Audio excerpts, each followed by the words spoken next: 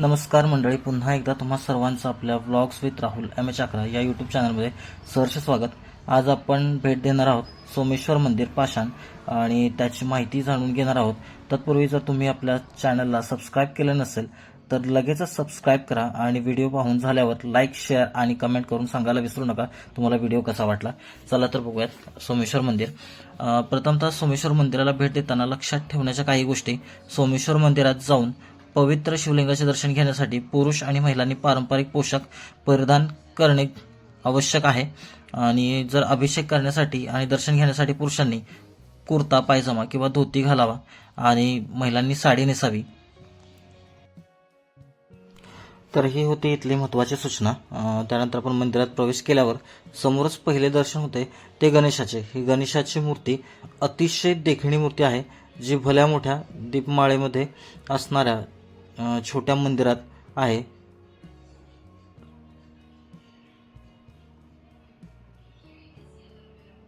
तसंच तिथून पुढे गेल्यावर त्याच दीपमाळेच्या मागच्या बाजूला मारुती मंदिर आहे.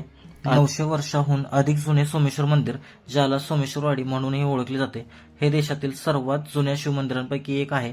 महान छत्रपती शिवाजी महाराजांच्या आई जिजाबाई यांनी बांधलेले सोमेश्वर मंदिर भगवान शिव आणि पेशव्यांबद्दलच्या खऱ्या दंतकथा बद्दलच्या सर्वात जुन्या लोककथांचे दर्शन घडवते. हे मंदिर अत्यंत सुंदर आणि प्रत्येक पर्यटकाचे लक्ष वेधून घेते. सोमेश्वरवाडी मंदिराची भव्यता आणि तेजस्वीपणा अतुलनीय आहे.